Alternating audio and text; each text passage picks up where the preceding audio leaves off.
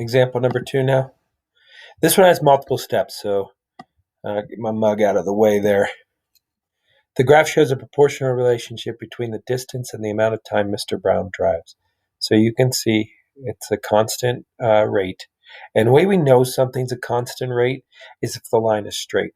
If the line was curved or bending or turning or anything, however you want to describe it, that's an indicator it's not constant. We'll talk about that a little bit more at the end. Right? But what does each of these points represent in this situation? 0, 0, 155, and 5, 275. So we're really just kind of reviewing. Do you remember how to read a graph?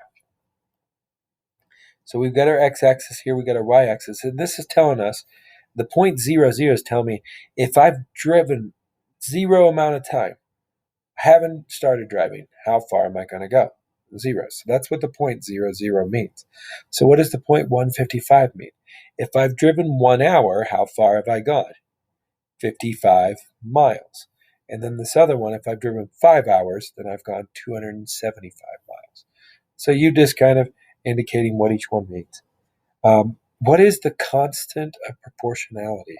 In other words, we're solving for that k value, which is y divided by x.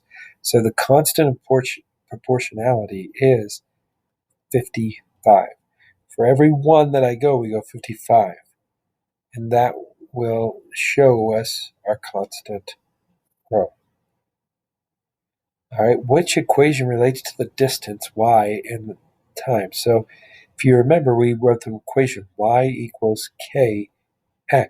We just talked about what k was. We could do 275 divided by 5, it's going to be equal to 55. When we do 55 divided by 1, it equals 55.